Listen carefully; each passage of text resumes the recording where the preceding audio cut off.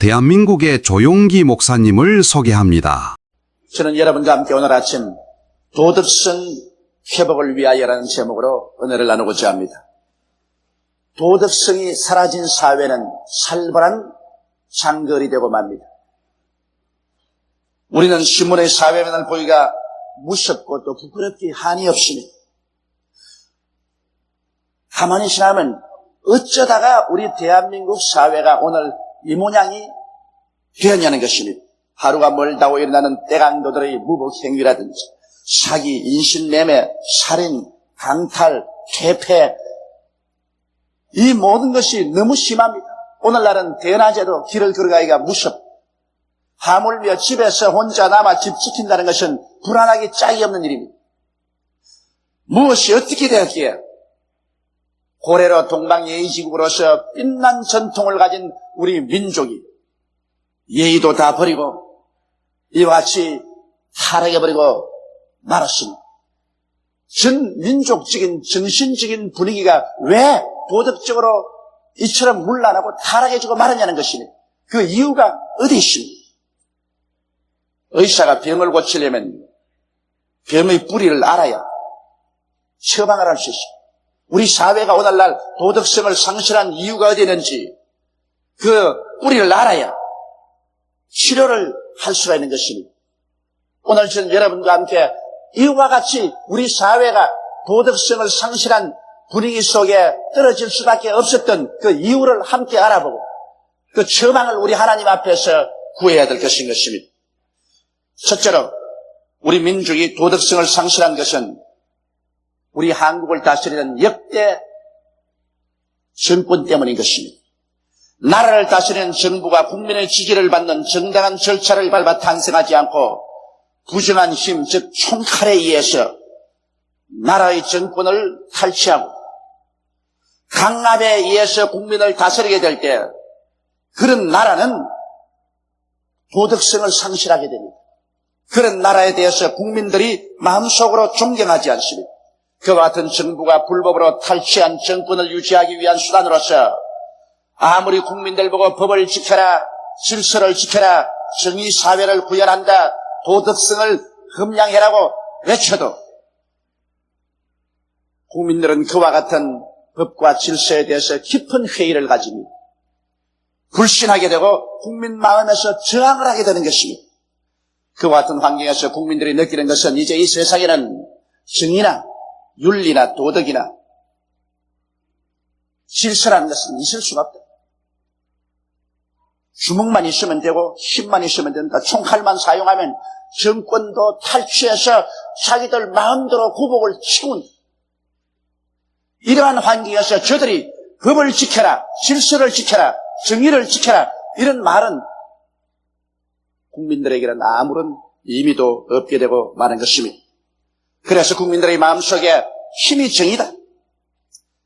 힘만 있으면 제일이지 도덕이나 질서라는 것은 아무 의미가 없는 말이다. 이렇게 느끼도록 사회 분위기가 조장되어 버리고 마는 것입니다. 이처럼 도덕성을 잃어버린 정권은 오직 국민들의 냉소의 대상밖에 되지 않습니다. 이러한 분위기로 하여금 우리 국민들이 정부는 자기 마음대로 노는데 우리만 정의를 가지고 우리만 도덕성을 지키라는 법이 있느냐. 그래서 국민들 전체의 분위기가 와야 되고 도덕성을 포기해버리고 맙니다. 법과 질서에 대해서 존경심을 국민 스스로부터 다 빼앗겨버리고 마는 것입니다. 그 때문에 사회 속에서 폭력과 무질서가 줄다름질 치게 만들어버리고 마는 것입니다. 국민이 불도덕한 정부에 대한 존경을 잃어버릴 때 그 정부가 제정한 법과 질서는 웃음거리밖에 되지 않습니다. 우리나라는 해방된 이후로부터 시작해서 제5공화국에 이르기까지 한 번도 진실로 국민에 의한, 국민을 위한 국민의 정부가 세워진 적이 없습니다. 계속해서 폭력과 혁명을 통해서 총칼로서 정권이 탈취되었습니다. 그렇게 정권을 탈취한 사람들은 그 정권을 탈취한 그 위에 모든 특권을 다 누렸었습니다. 이런 것을 보고 있는 국민들의 마음에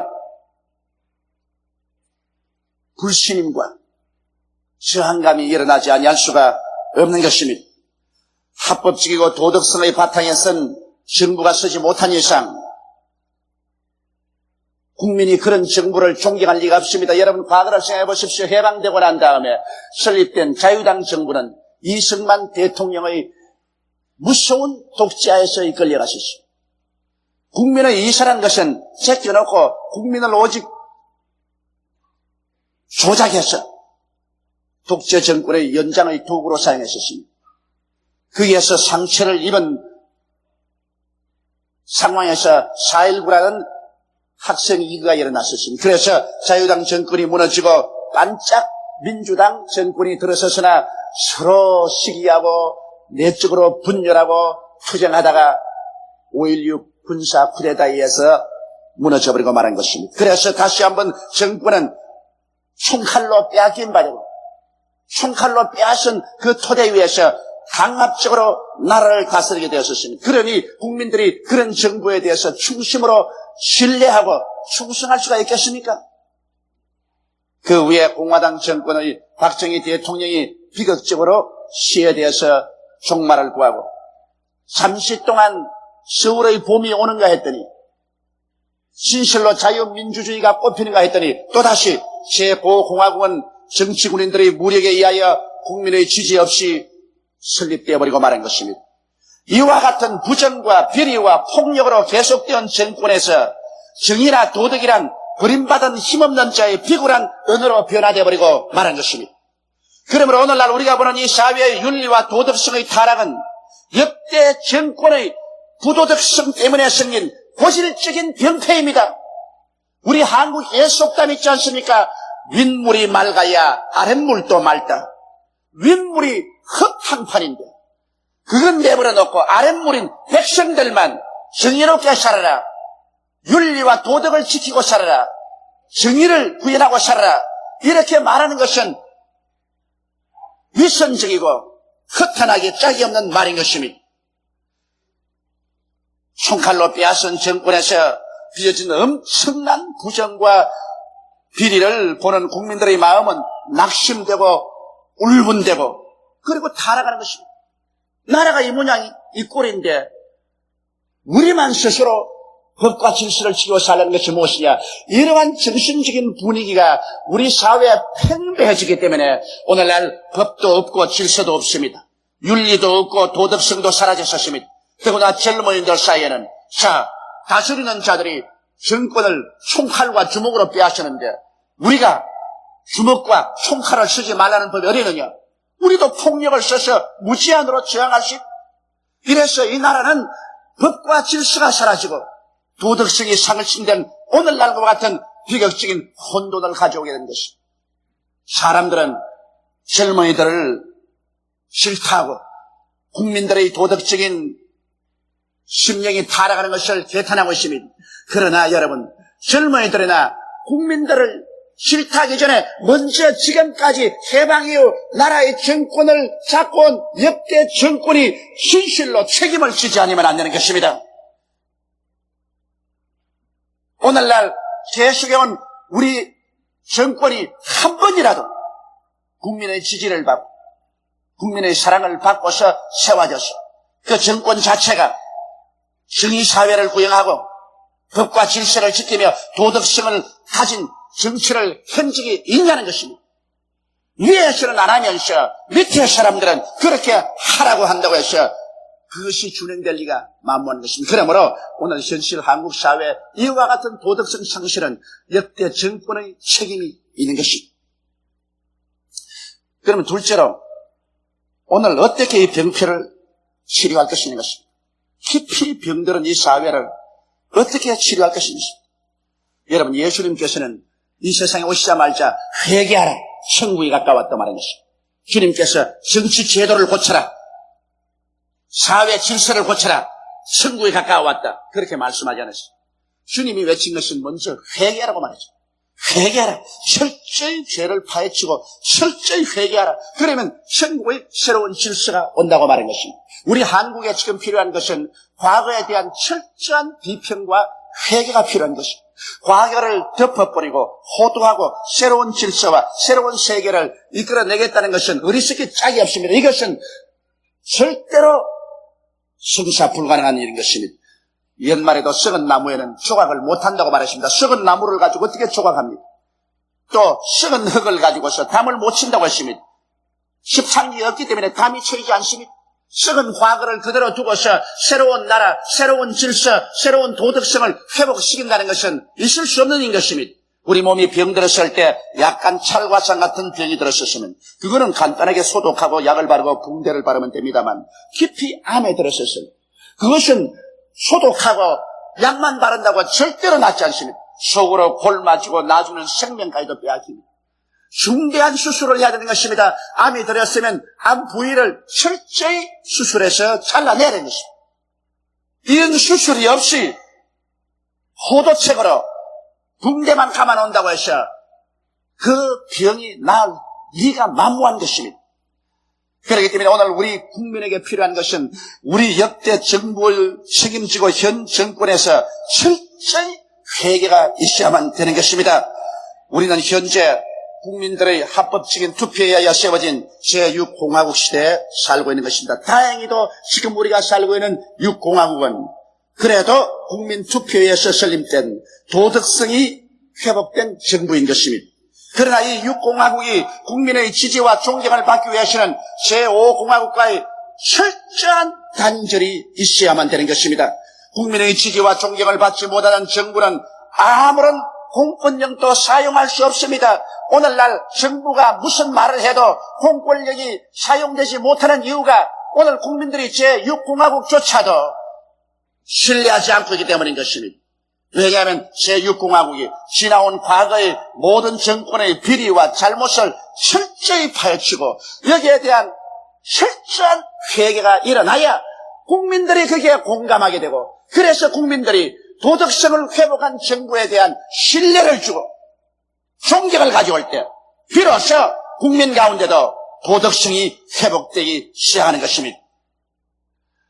도덕성을 회복하지 못한 정부는 결코 국민의 존경과 지지를 받을 수가 없습니다. 정부가 도덕성을 회복하면 국민들도 도덕성을 회복할 수 있게 되는 것입니다.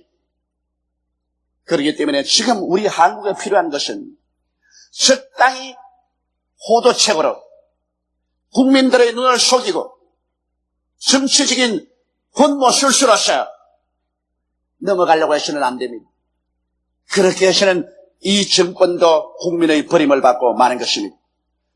오늘날 이 6공화국이 진실로 도덕성을 회복하고 국민의 존경을 받고 법과 질서를 세우는 이러한 모범이 되고 전 국민들 가운데서 도덕성의 분위기를 회복하기 위해서는 철저하게 오공비리를 통해 자복해야 되는 것입니다. 오공비리를 파헤칠 대로 파헤쳐서 수술할 대로 수술을 해야 되는 것입니다.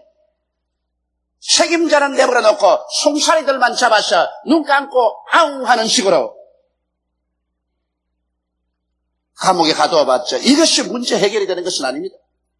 우리 한국을 사랑하고 민족을 걱정하는 사람은 이 문제에 관해서 철저하게 대처해야 됩니다. 왜 전두환 전 대통령이 백담사에 엎드려만 있습니까? 오늘 신문에 보니까 100일 참회 기도를 한다고 하는데 100일 참회 기도가 국민의 상처를 낫게 할 수가 있습니까? 그 당사자가 국회 청문회에 나와야만 되는 것입니다. 그 당사자가 이 문제를 밝혀야 돼요. 백날 기도가 아니라 첫날 기도해도 부처도 안 들어줄 겁니다. 국민의 마음이 안 들어주는데 부처가 왜 들어줘요? 실제로 나와서 국회 청문회에서 오공비리를 책임지고 해명해야 되고 광주에 죽은 원한의 영혼들을 잠재워 줄 수 있는 근원적인 문제가 해결돼야 되는 것입니다.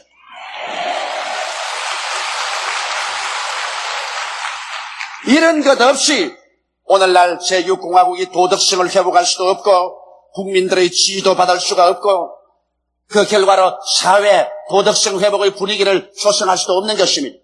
이제 남북 대화가 활발히 이루어지고 공산세계와 우리가 서로 왕래하며 대화해야 되겠는데 국민이 서로 질이 멸렬하고 분열되며 서로 대결하고 싸우고 있는 이런 형편에서 어떻게 우리의 적과 대화를 할 수 있단 말인 것입니다.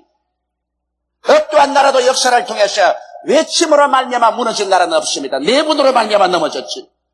국민이 하나 될 수 있는 이러한 분위기를 조성하기 위해서 오늘 정부가 역사 앞에서 책임을 지고 오공비리를 생산해야만 되는 것입니다.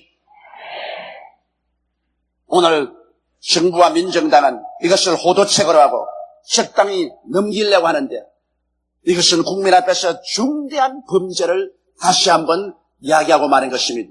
그리고 이런 데 대해서 야당들이 서로 협조해서 적당히 정치 흥정으로 국민들을 팔아넘기려고 하는 일은 하지 말아야 되는 것입니다. 이제 우리 대한민국의 국민들은 그럴 정도로 어리석은 사람들은 아닌 것입니다. 이러므로 우리 조국과 민족의 도덕성의 회복은 국민들을 질타하지 말고 길거리에 나와 있는 젊은이들만 욕하지 말고 정부 자체가 이 문제를 해결하면 자동적으로 국민 전체에서 문제가 해결되어 버리고 마는 것입니다. 그리고 법과 질서와 도덕성은 해결되고 마는 것입니다. 셋째로 근원적인 치료는 역시 하나님 앞에 나와서 우리 국민 전체가 회개하는 길밖에 없습니다. 우리들은 인간이 세운 정부 하에만 사는 것이 아니라 천지와 만물을 지으신 하나님 정부 밑에서 살고 있는 것입니다.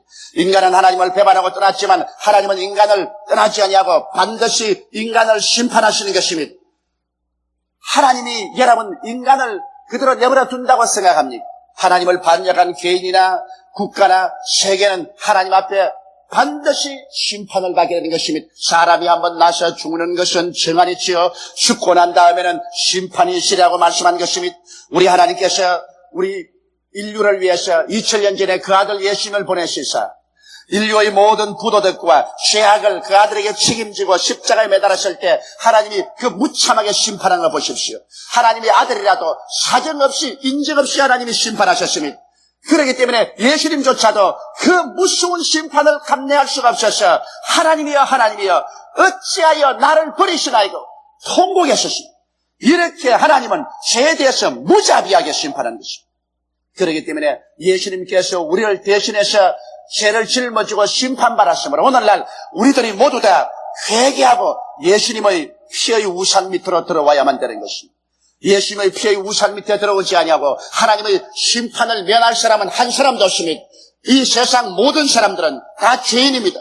성경은 말씀하시기를 모든 사람이 죄를 범하였으니 하나님의 영광에 이르지 못한다고 말하는 것입니다. 그러므로 예수 그리스도의 피의 우산 밑으로 피하지 않고는 하나님의 진노에서 피할 사람은 아무도 없는 것입니다. 예수를 믿고 죄사함을 받고 그리고 하나님이 인간에게 제시한 계율을 지킬 때 우리는 참으로 국민의 도덕성을 회복할 수 있는 것입니다. 하나님께서는 우리 인간에게 주신 계율이 있습니다. 그 인간에게 준 계율의 첫째가 내 부모를 공경하라는 것입니다. 여러분, 부모를 공경한다는 것은 우리 윤리와 도덕의 기초가 되는 것입니다. 오늘날 부모를 공경하는 일이 사라지자 어떤 일이 나셨습니까? 사회가 상하가 없이 불경스럽고 무질서하고 그리고 어른과 젊은이 없이 교수와 학생 없이 서로 대결하고 싸우게 되는 것입니다. 진실로 우리가 부모를 공경하면 이 사회에 나오면 우리보다 손에 있는 것은 남의 부모인 것입니다. 내 부모 공경하는 사람 남의 부모 공경하지 아니할 수 없고 그리고 학생들은 교수를 부모처럼 선생으로 공경하지 아니할 수 없는 것입니다. 그런데 요사이 사회에 상하가 있습니까? 나이 많으신 어른과 젊은이가 구별이 있습니까? 막대가는 세상인 것입니다. 학교에서 교수들이 교수평의회에서 총장을 뽑으려고 하는데 결국 학생들이 가서 교수들을 밀쳐내고 난장판을 치기는 것이 요사이 신문에 비일비재하게 봅니다. 이런 무질서가 세상에 어디에 있을 수 있습니까? 이 모든 것은 근본적으로 부모를 공경하지 않는 사회가 되었기 때문에 이 모양이 된 것입니다. 이건 젊은이에게만 책임질 수 없습니다. 우리 나이 먹은 우리들이 우리 자식들 보는 앞에서 부모에게 공경하지 않았기 때문에 애들이 그걸 배운 겁니다. 어른들이 잘못했어요. 우리 어른들이 철저히 회개하고 부모를 무시하고 시뻘건 그런 죄악에서 돌아서야 오늘 이 사회의 기강이 회복될 수 있는 것입니다. 둘째로 성경은 살인하지 말라고 했습니다. 성경이 살인하지 말라고 했는데 이 말을 우리가 듣지 않고 거역해버리기 때문에 오늘 인간의 존엄성이란 땅에 떨어졌으며 인권은 정권에 의해서 힘 있는 자에 의해서 총칼에 의해서 무참하게 짓밟히고 사람 죽이는 것을 벼룩 죽이는 것보다 더 쉽게 오늘 생각하고 있습니다. 오늘날 떼강도들이 들어와서 여러분 물건 훔칠 때 사람 생명을 귀하게 여깁니까? 반발만 하면 그저 찔러 죽여버리고 마는 것입니다. 살인하지 말라는 하나님의 법을 어기자 오늘 세계는 인간의 생명을 존중해 여기는 일이 사라지고 마는 것입니다. 하나님의 법이라는 것은 우리가 어기고도 살 수 있는 것 같지만 하나님의 법을 어기면 반드시 그 반작용으로서 처참한 벌이 다가오는 것입니다. 하나님의 법은 어긴다고 해서 취소되지 않습니다. 하나님의 법을 어기는 만큼 심판과 형벌을 받게 되는 것입니다.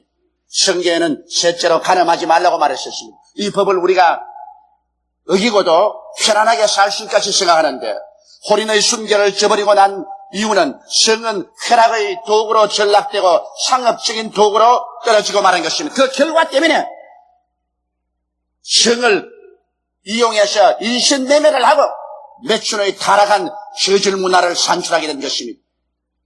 오늘 어느 곳에 가나 성을 통한 저질 문화가 범람하고 있습니다. 영화도, 비디오도, 잡지도, 책도, 퇴폐 이발소도, 퇴폐 음식점, 이런 말할 수 없는 부패가 우리 한국 사회에 꽉 들어간 것은 간음하지 말라는 이 하나님의 말씀을 짓밟아버리고서 이 말씀 없이도 산다고 생각하는 그러한 정신적인 분위기 때문에 오늘 성이 쾌락과 상업적인 도구로 전락한 결과로 이와 같은 비극을 초래하게 된 것입니다.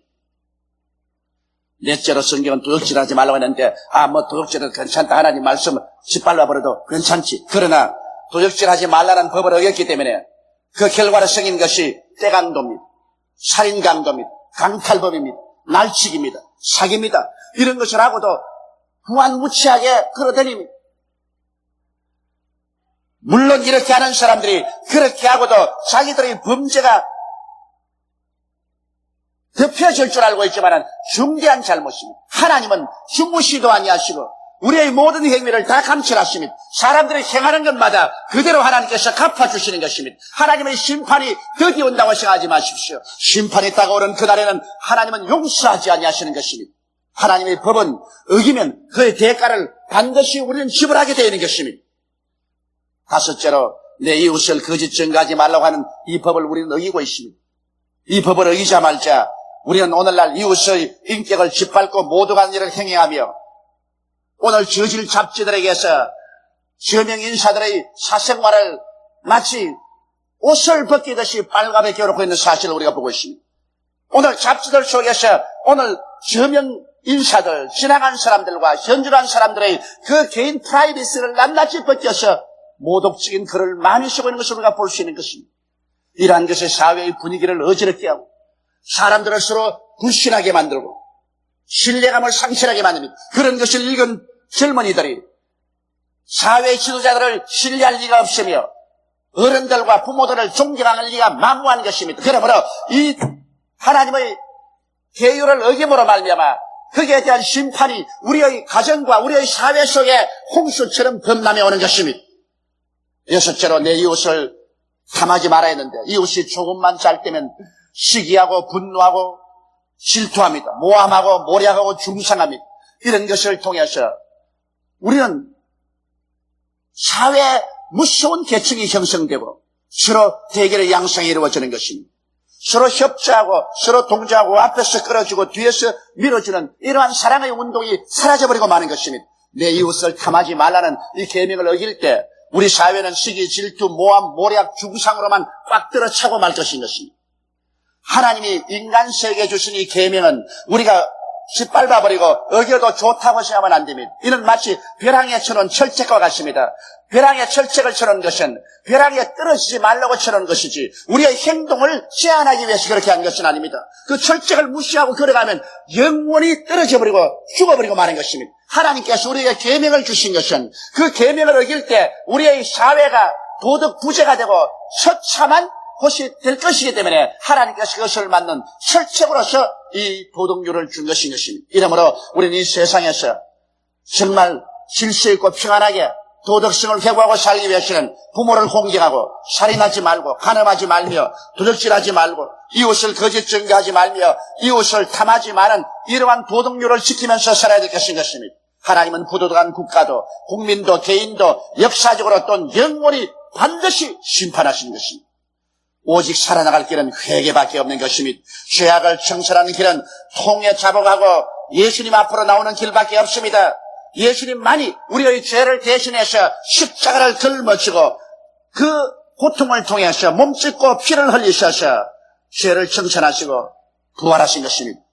예수님을 믿어 용서와 구원을 받고 하나님을 두려워함으로 주신 계명을 지키고 살아갈 때 참으로 도덕성이 회복되고 질서가 있고 정의가 넘치는 사회를 구현할 수 있는 것입니다. 이러므로 오늘 이 시간 비로소 진정한 의미에서 개인이나 집단적인 도덕성이 회복되는 길은 회개와 예수 그리스도를 믿는 길밖에는 다른 길이 없습니다. 우리는 힘실로 마음을 다해서 우리 나라를 다스리는 정권을 주도하는 자들이 참으로 회개하고 과거를 전부 파헤쳐 청산하고 진실한 의미에서 수술하고 치료를 받고 하나님의 축복을 받아서 정부 자체가 도덕성을 회복하고 그것이 온 국민 전체 속에 마치 바람같이 불어와서 국민들의 심성이 변화되기를 바라고 그리고 국민 한 사람 한 사람이 하나님 앞에 나와서 회개하고 자복하고 도덕성을 회복하고 구원을 받고 그리고 하나님의 뜻을 따라 사는 우리나라와 민족이 될 것을 우리 간절한 마음으로 기도드리십시다. 다 같이 고개 숙여 기도드리겠습니다. 거룩하시고 영광스러우신 우리 아버지 하나님, 도덕성을 회복하지 못하면 정부도 망하고 나라도 망하고 맙니다. 더구나 우리의 오랜 적이었던 공산주의자들과 대화를 주신하고는 이 마당에 내부적인 갈등과 분열을 가지고는 국민의 합일된 이사 속에서 대화를 할 수도 없는 것입니다. 하나님 아버지 우리나라와 민족을 불쌍히 여겨주시옵소서. 제6공화국 대통령과 당뇨와 민정당과 지도자들이 지금까지 걸어온 모든 정권의 비리를 호도하려고 하지 말게 도와주시옵소서. 국민을 속이려고 하지 말게 도와주시옵소서.